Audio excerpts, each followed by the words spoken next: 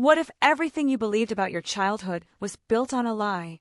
What if the people who raised you with unconditional love were hiding a secret so profound that it would change everything you thought you knew about yourself? My name is Sarah, and this is the story of how I discovered that love sometimes comes with a price tag I never knew existed.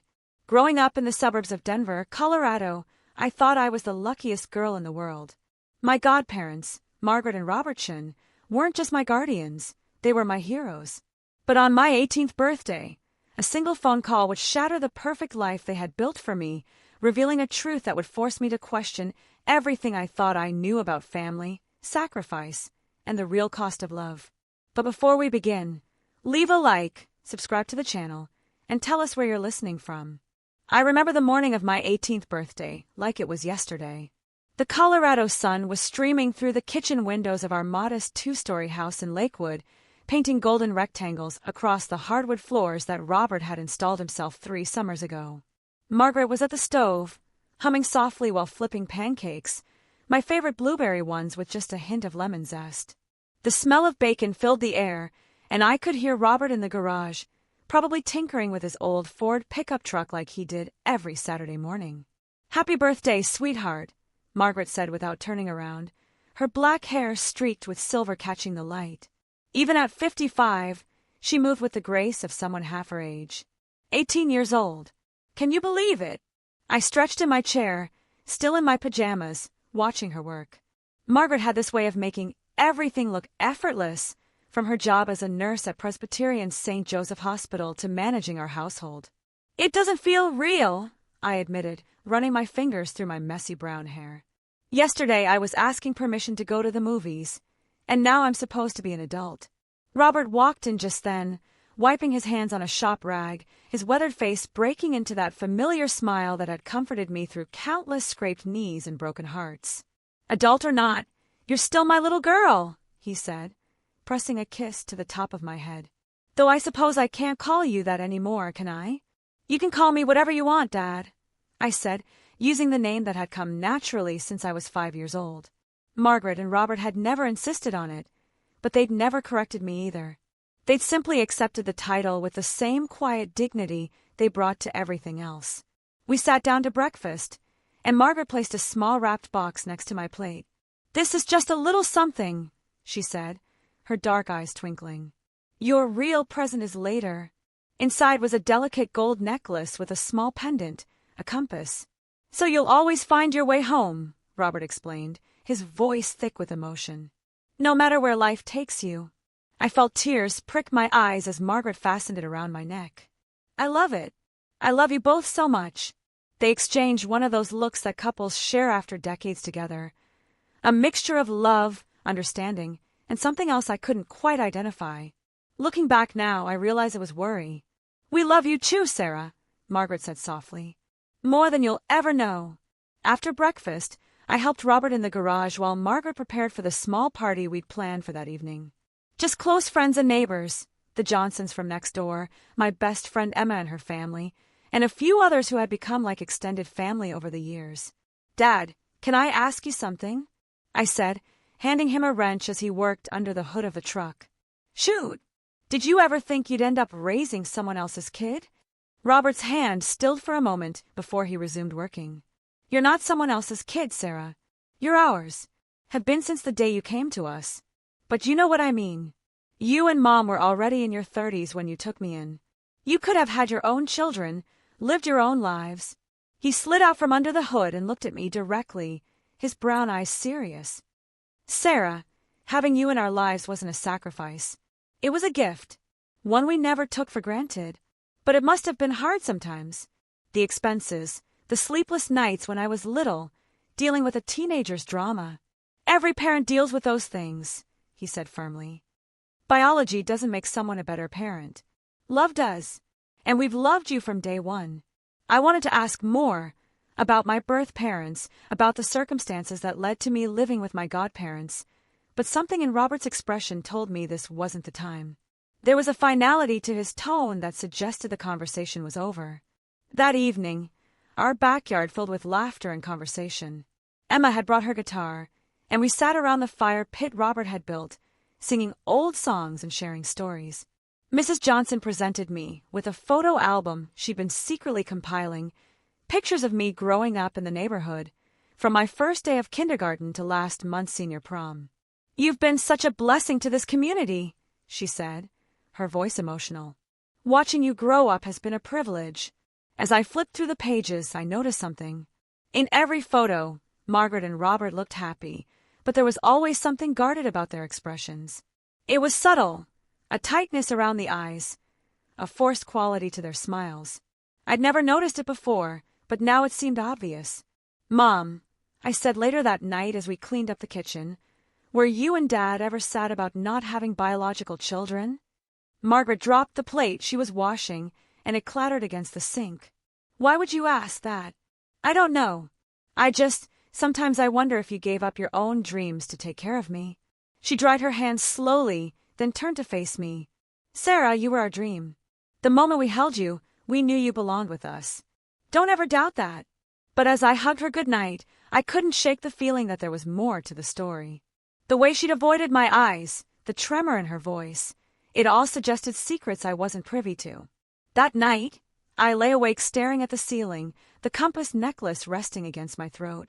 Tomorrow, I would start my senior year at Lakewood High School. In 9 months, I'd graduate and probably head to Colorado State University, where I'd been accepted into their education program. I wanted to be a teacher, to give back the way Margaret and Robert had given to me. But first, I needed to understand where I came from. I needed to know the truth about my past, about the people who had loved me enough to raise me as their own. I had no idea that the truth would be far more complicated than I could have imagined. The call came on a Tuesday afternoon in September, just as I was getting home from school. I'd had a particularly good day, aced my calculus test, been elected to the homecoming court, and received my acceptance letter to Colorado State University. I was riding high on teenage confidence and the belief that life was finally falling into place. Margaret was in the kitchen, preparing dinner, when her phone rang. I was at the counter, telling her about my day while stealing pieces of the vegetables she was chopping for our salad. "Hello," she answered, her voice bright and cheerful. But within seconds, her expression changed. The color drained from her face, and her hand gripped the phone so tightly her knuckles went white. "What? When? Are you sure?" Her voice dropped to barely above a whisper. "I see. Yes, I understand. Thank you for calling." She hung up and stood there for a moment, staring at the phone as if it might bite her. "Mom, what's wrong?" I asked, feeling a chill run down my spine despite the warm kitchen. "Nothing, sweetheart. Just work stuff." But her voice shook, and she wouldn't meet my eyes. "Margaret? What's going on?" Robert's voice came from the doorway. He'd come home early from his job at the construction company, still wearing his work clothes and boots. "We need to talk," she said quietly. "Later." That evening, I tried to focus on my homework, but I couldn't concentrate. Through my bedroom door, I could hear the low murmur of Margaret and Robert's voices in their room.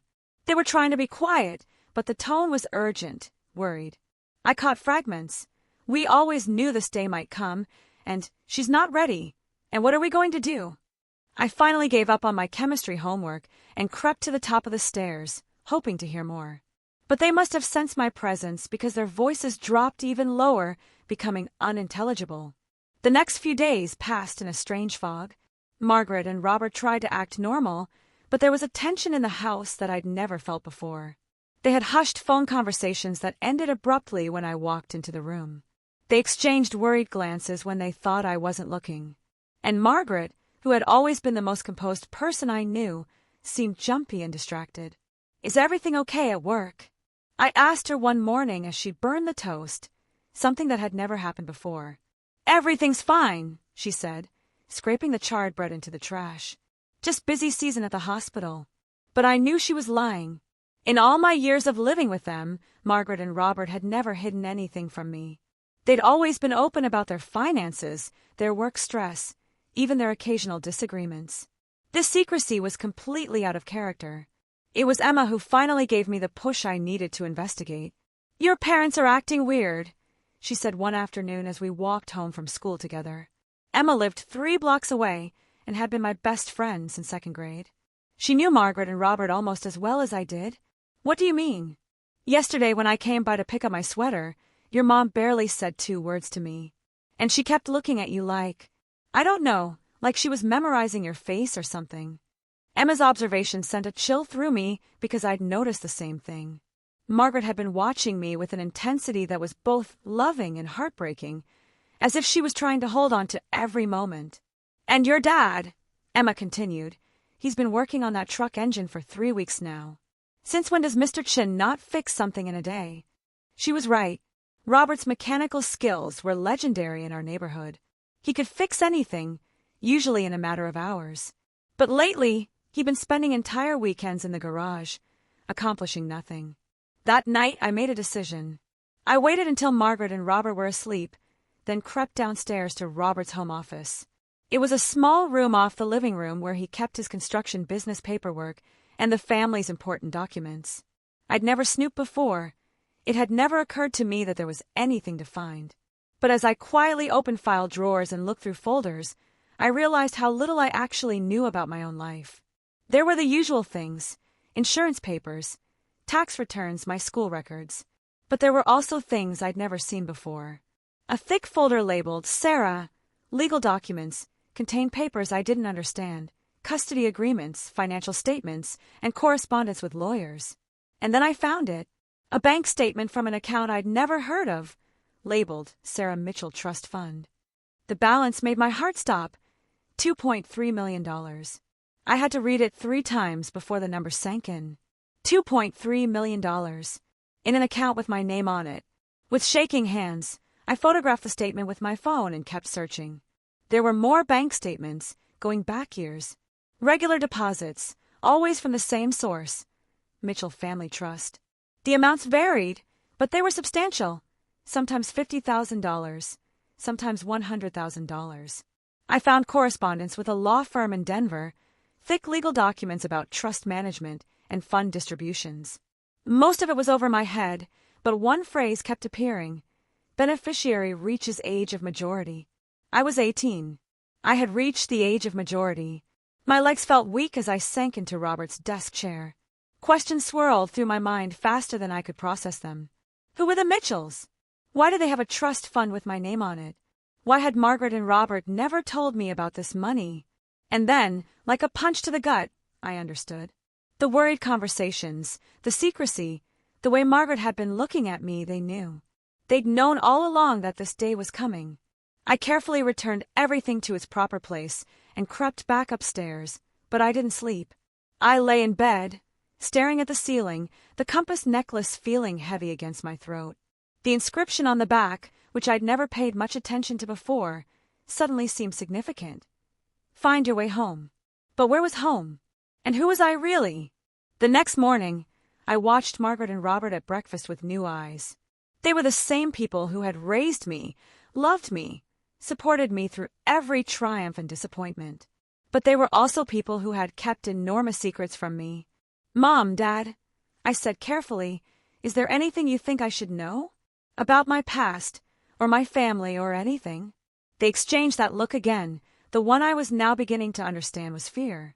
What do you mean, sweetheart? Robert asked, but his voice was strained. I mean, I'm 18 now. An adult. Are there things about my situation that I should understand? Margaret set down her coffee cup with shaking hands. Sarah, you know we love you more than anything in the world, right? Of course. And you know that everything we've done has been in your best interest. Yes, but... Then trust us, she said firmly. When the time is right, we'll tell you everything. But right now, you need to focus on school, on your future. There are some things that are better left in the past. But I was 18, and I had $2.3 million in a trust fund I'd never heard of. The past was clearly very much present, whether they wanted to admit it or not. That afternoon, I made another decision. I was going to find out the truth, with or without their help. I owed it to myself, and in a strange way, I owed it to them too. Whatever secret they were keeping, it was eating them alive. I just had no idea how much my life was about to change.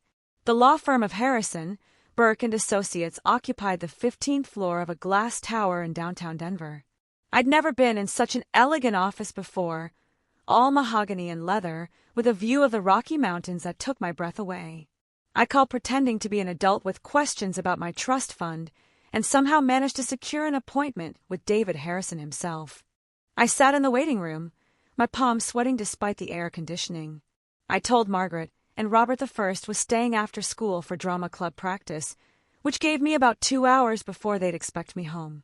I'd taken 3 buses to get here, and I was running on nothing but nervous energy and determination. "Miss Mitchell!" A woman in a crisp suit appeared at my side. "Mr. Harrison will see you now." David Harrison was younger than I'd expected, maybe in his early 40s, with kind eyes behind wire-rimmed glasses. His office was even more impressive than the waiting room, with floor-to-ceiling bookshelves and a desk that looked like it cost more than Robert's truck. "Please have a seat," he said, gesturing to a chair across from his desk. "I have to say, I'm a bit surprised by your call. We weren't expecting to hear from you until your 19th birthday. 19th birthday? That's when the trust stipulates you'll receive full disclosure of its terms and conditions. Until then, the Chens have been acting as your guardians and trustees." He studied me carefully. "May I ask what prompted this visit?" I took a deep breath. "I found some bank statements. I know about the money, but I don't understand where it came from or why nobody told me about it." Mr. Harrison leaned back in his chair, looking uncomfortable. "Miss Mitchell, I'm bound by certain legal obligations here. The trust was established with very specific instructions about disclosure timing. However, given that you're here and clearly aware of the fund's existence, I suppose I can answer some basic questions." "Who are the Mitchells?" "Were," he corrected gently. "James and Patricia Mitchell were your biological parents. They died in a car accident when you were 6 months old." The words hit me like a physical blow. My biological parents were dead, had been dead my entire life. "I'm sorry," Mr. Harrison said softly. "I assumed the Chens had told you at least that much." "No, they never told me anything." My voice came out as a whisper. "They let me believe my parents just gave me up. The Mitchells were very wealthy people, Miss Mitchell. James was a successful software entrepreneur, and Patricia came from old money. When they died, they left everything to you, their only child. Everything. The current value of the trust is approximately $47 million. The room spun around me. I gripped the arms of my chair, trying to steady myself. $47 million? Yes. It's been managed conservatively, growing steadily over the years. You'll receive a substantial monthly allowance starting on your 19th birthday, with full control of the principal when you turn 25. But the statements I saw, they showed money going out, not coming in." Mr. Harrison nodded. "The trust has been providing for your care and upbringing. Your guardians have received monthly payments to cover your living expenses, education, health care, and general welfare." "How much?" "Currently, about $15,000 per month." My mind reeled. Margaret and Robert had been receiving $15,000 a month to take care of me. For 18 years. That's over $3 million, I said, doing the math in my head. "Actually, the payment started at $8,000 per month and increased with inflation and your changing needs. The total over 18 years has been approximately $2.1 million.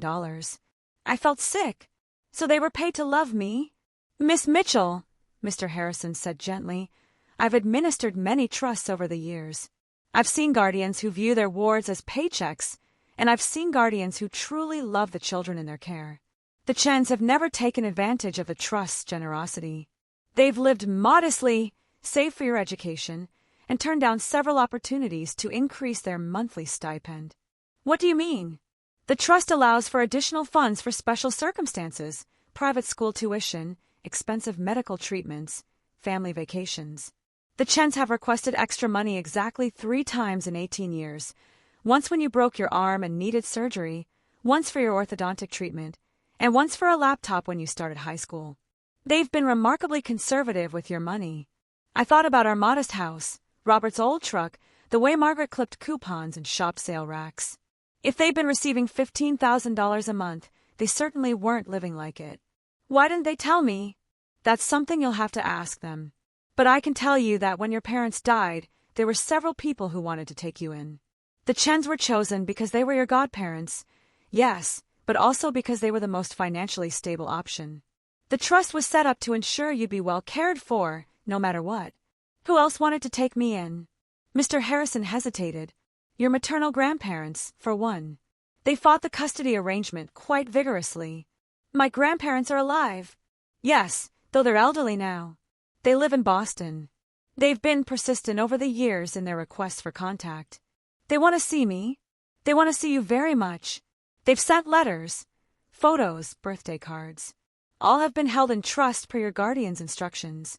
They've been sending me things. For 18 years. Yes. There's quite a collection. He gestured to a filing cabinet. Your guardians felt it was best to wait until you were older to make contact. They were concerned about complications. What kind of complications? Mr. Harrison looked increasingly uncomfortable. Miss Mitchell, I really think these are conversations you should have with the Chens. They've been your guardians for 18 years, and they've done an admirable job. But I can tell you that the trust was structured the way it was for a reason. Your parents wanted to ensure you were raised by people who would love you, not just people who would be financially comfortable raising you. But the money was always there. Yes, but the Chens didn't need it. They took you in because they loved you, not because they needed the income. The trust was simply there to ensure you'd never be a financial burden on them. I sat in silence, trying to process everything. My biological parents were dead. I had grandparents who'd been trying to contact me for 18 years. Margaret and Robert had been receiving money to raise me, but they'd never told me about it. Can I see them? I asked finally. The letters from my grandparents? Mr. Harrison looked uncertain. Technically, they belong to you. But the trust specifies that they should be released when you turn 19 or when your guardians give consent. What if I don't want to wait? Then you'll need to discuss it with the Chens. If they agree, I can release everything to you immediately. I left the law office with my head spinning and my heart heavy. The bus ride home felt like it took forever, giving me too much time to think. Everything I thought I knew about my life was wrong. Margaret and Robert weren't just loving guardians who'd taken me in out of kindness, they were being paid to take care of me. And they'd never told me the truth about my biological parents or my grandparents. By the time I got home, I was angry. Not just confused or hurt, but genuinely angry. I trusted them completely, and they'd lied to me for 18 years. I found them in the kitchen, Margaret cooking dinner while Robert read the newspaper. They looked up when I walked in, and I saw the usual love and warmth in their eyes. But now I also saw the guilt. How was drama club? Margaret asked, but her voice was strained. I didn't go to drama club, I said, dropping my backpack on the floor. I went to see David Harrison. The newspaper slipped from Robert's hands. Margaret's wooden spoon clattered to the floor. Sarah, Robert started. $47 million, I interrupted. That's how much money my biological parents left me. And you've been getting paid $15,000 a month to take care of me. For 18 years. Margaret sank into a chair, her face pale. How did you? I found the bank statements. I know about the trust fund. I know about the money. I know my parents are dead. My voice was rising and I couldn't stop it. I know I have grandparents who've been trying to contact me, and I know you've been keeping their letters from me. Sarah, please, Robert said, standing up. Let us explain. Explain what? That you've been lying to me my entire life? That you let me believe my parents abandoned me when they're actually dead? That you've been keeping me from my only living relatives? It wasn't like that, Margaret said, tears streaming down her face. We love you. We've always loved you. But you loved the money too, didn't you? The accusation hung in the air like a poison. Margaret looked like I'd slapped her, and Robert's face went hard. That's not fair, he said quietly. And it's not true. Isn't it? You've been getting $15,000 a month. That's more than most people make in a year. And you never told me. We never told you because we wanted you to feel like you belonged here, Margaret said, her voice breaking. We wanted you to feel like our daughter, not like a job or a responsibility. But I was both, wasn't I? The question hung between us, and in their silence, I found my answer. That night, I didn't come down for dinner. I couldn't bear to look at Margaret and Robert, couldn't stand the thought of sitting at the table where we'd shared thousands of meals, pretending everything was normal. Instead, I stayed in my room, staring at the ceiling and trying to make sense of the earthquake that had just shattered my world. Around 9 o'clock, there was a soft knock on my door. Sarah! Margaret's voice was hoarse from crying. Can I come in? I don't want to talk right now. Please. I need to explain. Against my better judgment, I opened the door. Margaret stood in the hallway, her eyes red and swollen, looking older than I'd ever seen her. She was holding a photo album I'd never seen before. "Can I sit?" she asked. I stepped aside, and she settled on the edge of my bed. For a moment, we just sat there in silence, the weight of 18 years of secrets between us. "I was 28 when we got the call," she began quietly. "Your parents had been dead for 3 days, and you were in foster care. Robert and I had been trying to have children for 5 years, and we just found out that it wasn't going to happen for us." She opened the photo album, and I saw pictures I'd never seen before. A much younger Margaret and Robert, holding a tiny baby, me, in what looked like a hospital room. "James and Patricia asked us to be your godparents when you were born," she continued. "We've been friends since college. They were brilliant people, Sarah. Your mother was an artist, and your father was a tech genius. They were so excited about you, so proud." I studied the photos. There were pictures of my biological parents, a beautiful woman with my eyes and a tall man with my stubborn chin. They looked happy, young, full of life. When they died, we were devastated. But then we got the call about you, and suddenly we had a choice to make. We could take you in, or you could go to your maternal grandparents. Why didn't I go to them? Margaret's face tightened. Because they blamed your father for the accident. They thought he'd been drinking, that he'd been driving recklessly. They were wrong, but they were grieving and angry, and they made some very hurtful accusations. What kind of accusations? They said your father was a bad influence on Patricia. They said he corrupted her, taken her away from her family. They threatened to contest the will, to fight for custody, to make everything as difficult as possible. I looked at more photos, pictures of my grandparents, an elderly couple with kind faces. They didn't look like the vindictive people Margaret was describing. James and Patricia's was very specific, Margaret continued. They wanted you to be raised by people who would love you unconditionally, not because of your inheritance. They'd seen too many wealthy families torn apart by money, and they didn't want that for you. But you knew about the money from the beginning. Yes, we knew. But Sarah, we didn't take you in because of the money. We took you in because we loved you already, and because we thought we could give you a good life. A good life funded by my trust fund. Margaret winced. Yes, but we never saw it that way. We saw it as your parents' way of ensuring you'd never be a burden on anyone. They wanted to make sure you'd have everything you needed. $15,000 a month is a lot more than I needed. Most of it went into savings for you. We lived on Robert's salary and my part-time nursing income. The trust money paid for your expenses, clothes, school supplies, medical bills, extracurricular activities, and the rest went into a college fund. She showed me more photos, pictures of me as a toddler, playing in our backyard, pictures of my first day of school, my first bike, my first Christmas with them. In every photo, Margaret and Robert looked genuinely happy, genuinely loving. "We never wanted you to feel like you were bought and paid for," Margaret said. "We wanted you to feel like you belonged with us because we chose you, not because we were paid to take you." But I was paid for, wasn't I? Sarah, every child costs money to raise. The trust just ensured that money was never a worry for any of us. Your parents didn't want you to grow up in poverty, and they didn't want your guardians to struggle financially because they took you in. I thought about my friends whose parents worked multiple jobs, who worried about college tuition and medical bills.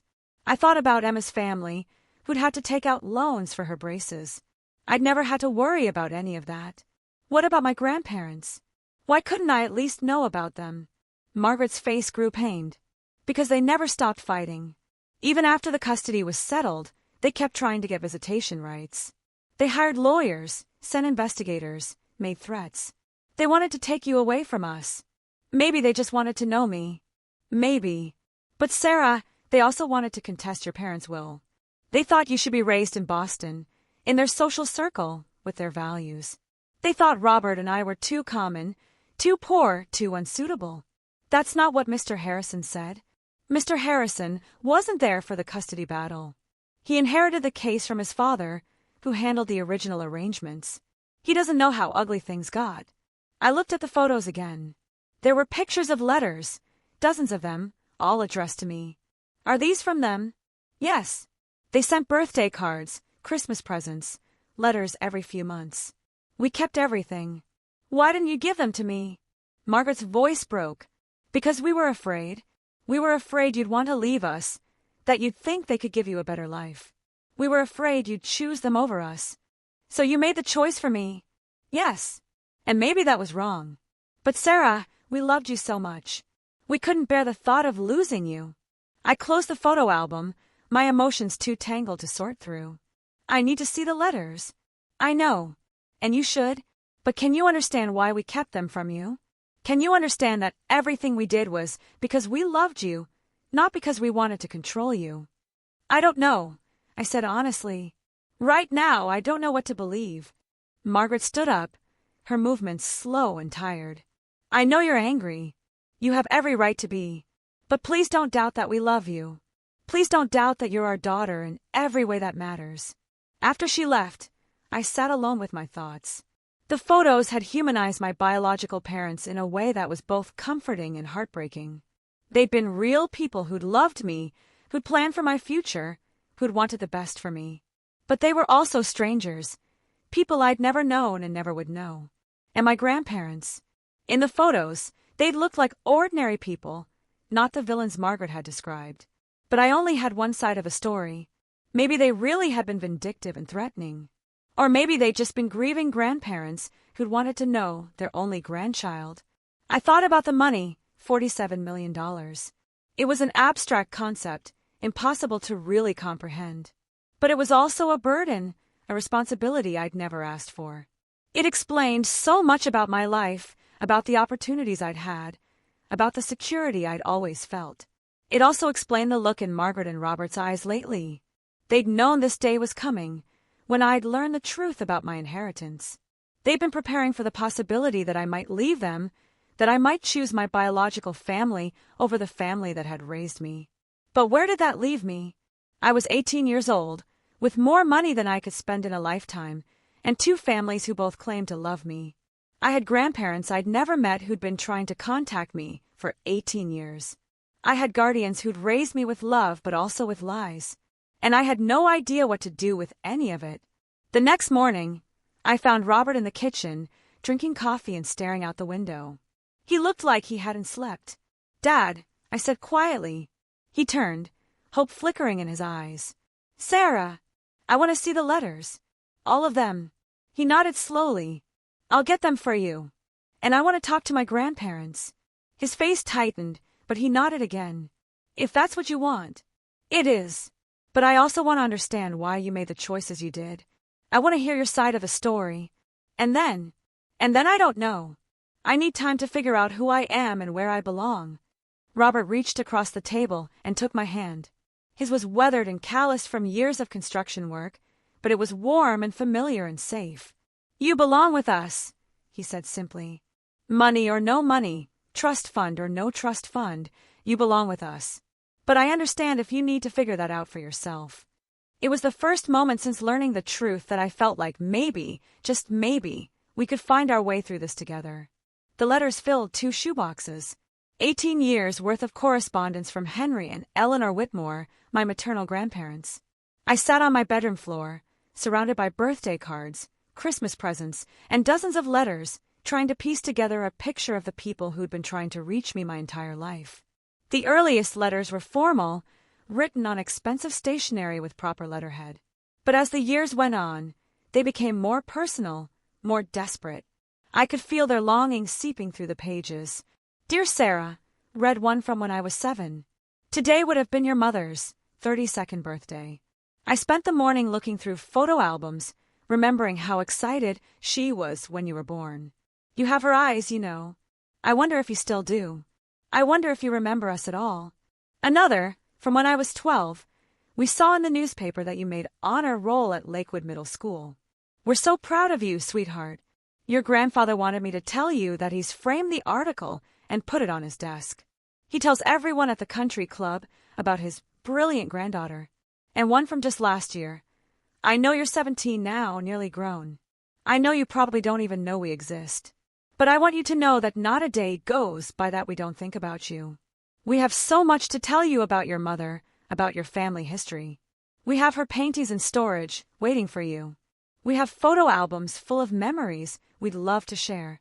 Each letter was signed, with all our love, Grandma Eleanor and Grandpa Henry.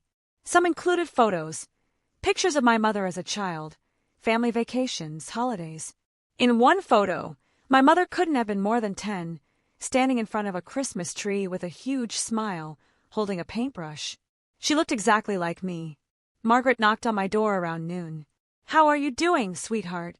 "I don't know," I admitted. "These letters, they don't sound like the people you described. They sound like grandparents who love me." Margaret sat down on my bed, careful not to disturb the letters scattered around me. "People can change, Sarah. Grief does things to people. In those early years, they were different. Angry, bitter. But look at this." I handed her a letter from when I was 10. They congratulated me on my piano recital. How did they even know about it? Margaret's face grew uncomfortable. "They hired a private investigator. 4 years, they had someone watching you, taking pictures, reporting back to them about your activities. They were spying on me. They said they just wanted to know you were okay. But it felt invasive, creepy. We kept having to get restraining orders." I found another letter, this one from when I was 15. "We hope you know that we respect your guardians' wishes to keep us apart. We don't want to disrupt your life or cause you confusion. We just want you to know that when you're ready, when you're old enough to make your own decisions, we'll be here. We'll always be here." "This doesn't sound like people who were trying to disrupt my life," I said. Margaret sighed. "Maybe they did change. Maybe they finally accepted the situation. But Sarah, you have to understand, for the first 10 years of your life, they were constantly trying to undermine our custody. They questioned every decision we made, every doctor we chose, every school we enrolled you in. Were they wrong to question those things?" "What do you mean?" "I mean, maybe they were just concerned grandparents who wanted to make sure I was being taken care of properly." Margaret looked hurt. "Do you think we didn't take care of you properly?" "That's not what I'm saying. I'm saying maybe their concerns weren't malicious. Maybe they just wanted to be involved in my life." I picked up another letter, this one from when I was 16. It included a photo of a beautiful lake house in New Hampshire. "This is where your mother spent her summers growing up. We've kept her room exactly as she left it, hoping that someday you might want to see it. We'd love to show you where she learned to paint, where she caught her first fish, where she fell in love with the mountains." "They've kept her room for me," I said quietly. "Sarah, they're wealthy people. They can afford to keep rooms as shrines. That doesn't mean they're good people, but it might mean they're grieving people who love me." Margaret was quiet for a moment. "Maybe you're right. Maybe I've been too harsh in my judgment of them. But you have to understand, we were young parents trying to do right by you, and they made us feel like we weren't good enough. Because you weren't wealthy. Because we weren't their daughter. Because we couldn't give you the life they thought you deserved." I thought about this, but the trust fund ensured I had everything I needed. So what did they think I was missing? Family history, social connections, cultural experiences. They thought you should be raised in Boston society, going to cotillions and prep schools, learning to be a proper young lady. That sounds awful. Margaret smiled for the first time in days. "We thought so too. We wanted you to have a normal childhood, to make friends based on who you were, not how much money you had. But they never stopped trying to contact me. No, they never stopped." I picked up the most recent letter, dated just 3 months ago. "Dearest Sarah, you'll be 18 soon, and we know that means you'll soon learn about your trust fund and your inheritance. We hope that when you do, you'll also learn about us. We hope you'll want to meet the people who loved your mother so much, who love you so much. We know we can't replace the family that raised you, and we wouldn't want to try. But we hope there might be room in your life for us, too." "They're not trying to replace you," I said. "They just want to know me." Margaret nodded slowly. "Maybe it's time they did." That evening, I sat with Margaret and Robert in the living room, the letters spread out on the coffee table between us. For the first time in days, we were talking openly, without anger or accusations. "I want to call them," I said. "I want to meet them." "Are you sure?" Robert asked. "Once you open that door, there's no going back." "I'm sure, but I want you to understand something. Meeting them doesn't mean I love you less. It doesn't mean I'm choosing them over you. It means I'm choosing to know all of who I am. Margaret's eyes filled with tears. We've been so afraid of losing you. You're not losing me. You're my parents. You raised me. You loved me. You made me who I am. That doesn't change because I want to know my grandparents. But what about the money? Robert asked. $47 million is a lot of responsibility. It's overwhelming, I admitted. But Mr. Harrison said I don't get full control until I'm 25. That gives me 7 years to figure out what to do with it. And what do you want to do with it? I thought about this. I want to honor my parents' memory. I want to use it to help people, to make a difference. Maybe set up scholarships for kids who need help with college. Maybe fund programs for kids in foster care. That sounds like something your parents would have wanted, Margaret said softly. But first, I want to understand where I came from. I want to know my mother's story, my father's story. I want to see the paintings my grandmother mentioned, the lake house where my mother grew up. And you want to know us too, Robert said. The people who've been part of your life story all along. Yes, I want to know all of it. The next day, I called the number from the most recent letter. My hands shook as I dialed, and my heart pounded as the phone rang. Hello. The voice was elderly, cultured, with a slight Boston accent. Is this Eleanor Whitmore? Yes, this is Eleanor. This is Sarah. Sarah Mitchell. Your granddaughter. The silence on the other end was so long I thought the call had dropped. Then I heard a sob. Sarah! Oh my God! Sarah, is it really you? Yes, it's really me. Henry, she called out. Henry, come quickly. It's Sarah. I heard fumbling, then a man's voice. Sarah! Sarah, sweetheart, is that really you? Yes, Grandpa. It's me. We talked for 2 hours. They told me about my mother's childhood, about her love of art and her stubborn streak that apparently I'd inherited. They told me about my father's brilliance, his kindness, his devotion to my mother. They told me about the day I was born, how proud they'd been, how much they'd loved me from the moment they met me. We've wanted to call you for 18 years, Eleanor said. We've picked up the phone 1,000 times. I wish you had, I said.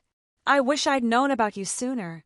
We didn't want to cause trouble for you, Henry explained. We knew you had a good life with the Chens. We just wanted to be part of it. You can be now, I said. If you want to be. More than anything in the world, Eleanor whispered. We made plans for them to visit Denver the following weekend. I was nervous and excited and terrified all at once. But I was also, for the first time in weeks, at peace. That night, I found Margaret and Robert in the kitchen, holding hands and talking quietly. How did it go? Margaret asked. Good. Really good. They're coming to visit next weekend. Here. Robert asked. If that's okay with you. Margaret and Robert exchanged one of their looks, but this time it wasn't worried or fearful. It was resigned, maybe even hopeful. It's okay with us, Margaret said. It's time. Are you sure? We're sure. You're our daughter, Sarah. Nothing will ever change that. But you're also their granddaughter, and it's time you knew that part of yourself, too. I hugged them both, feeling like maybe, just maybe, we were all going to be okay. The weekend my grandparents visited was one of the most surreal experiences of my life. I stood at the living room window, watching for their car, my stomach tied in knots. Margaret was in the kitchen, preparing enough food for twice as many people as we were expecting, her nervous response to stress. Robert was in the garage, cleaning tools that were already spotless.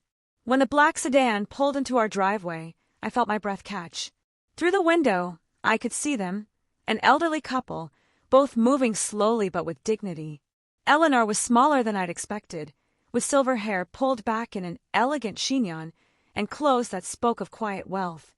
Henry was tall and distinguished, with kind eyes behind wire-rimmed glasses.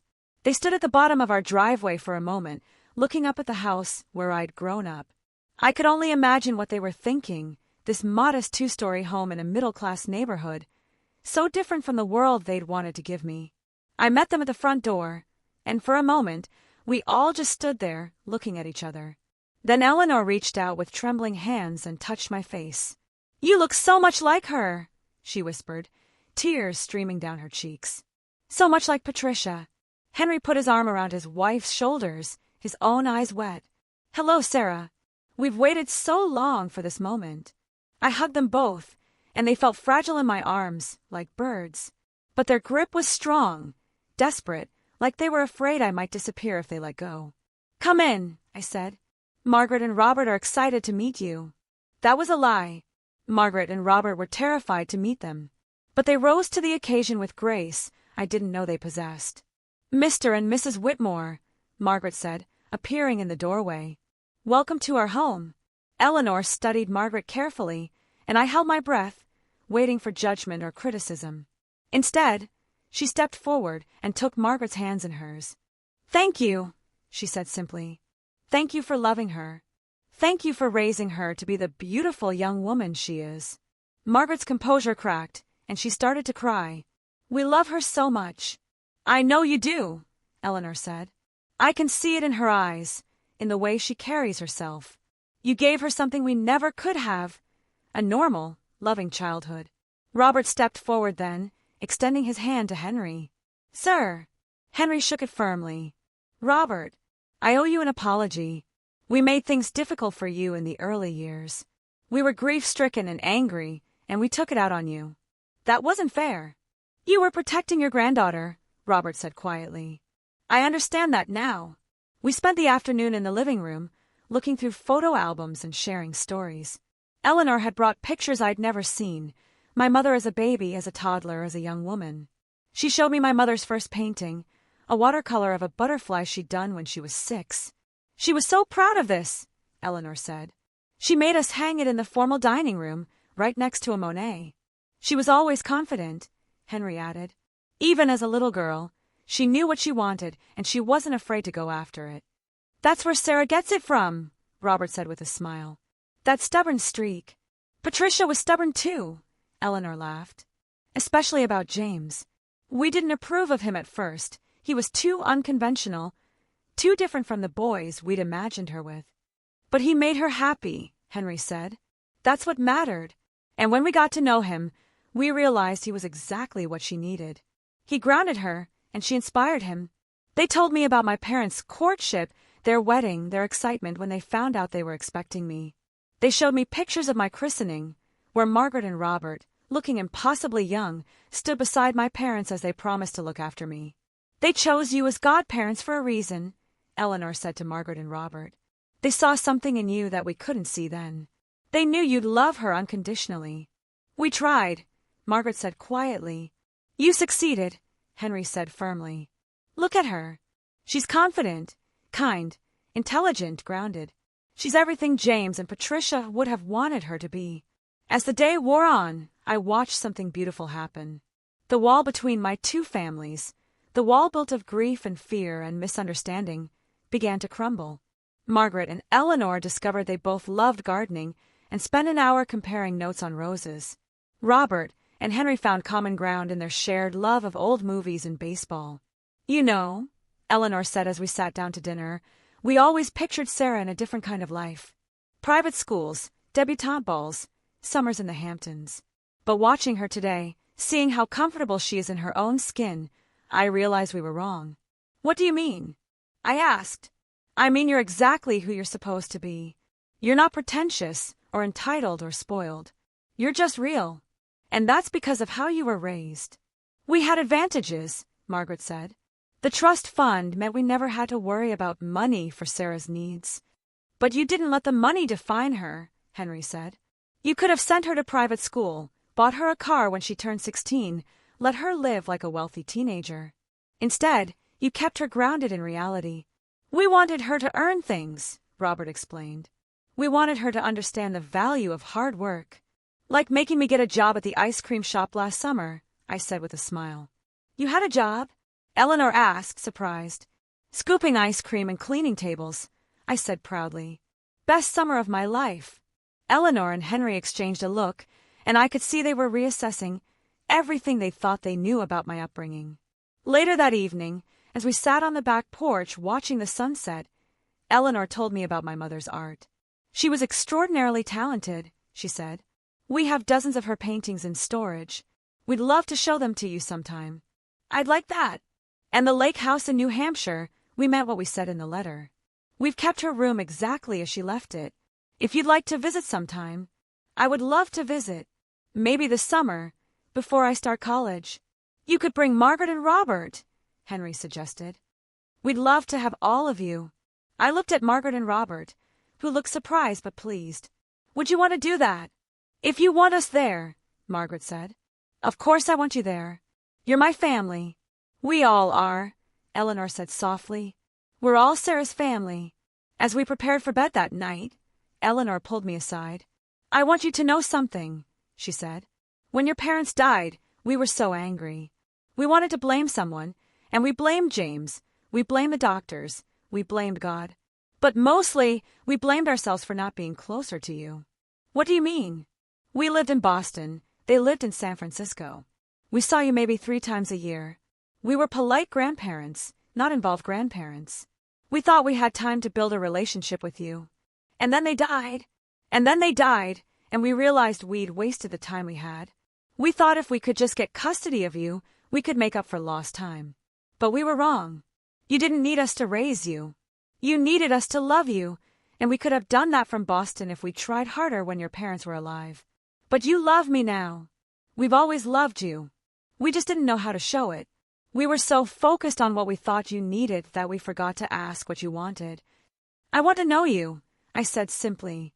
I want to hear stories about my mom.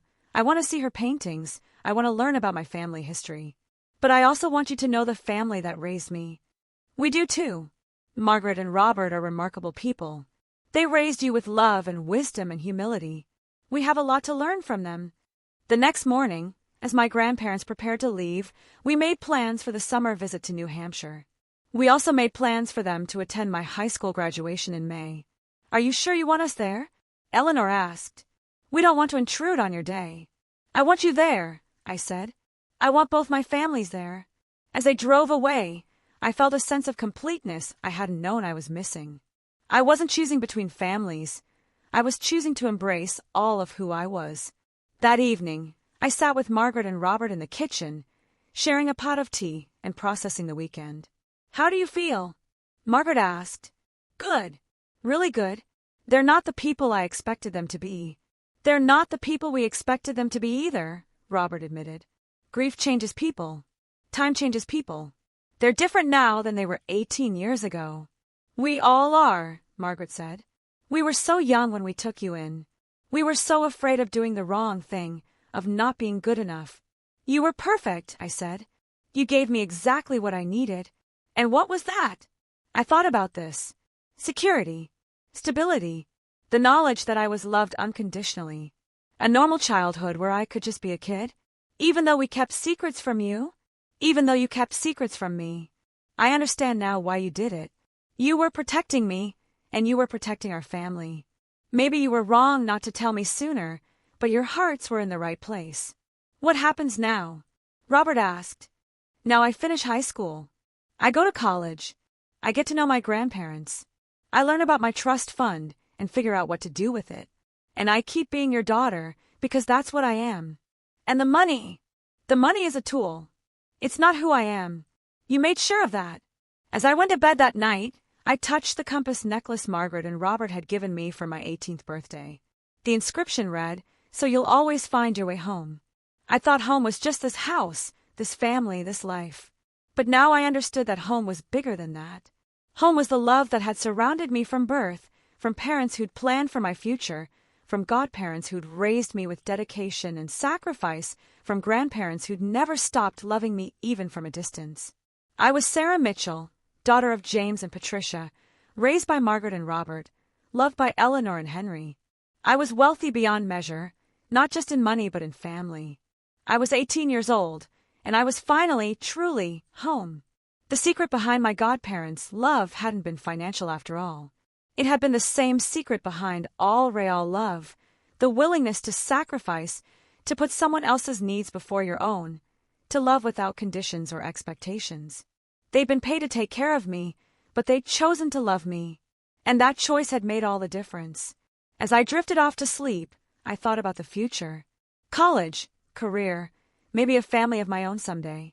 But whatever came next, I knew I'd face it with the foundation my two families had given me, a foundation built on love, sacrifice, and the understanding that home isn't a place, it's the people who choose to love you unconditionally every single day.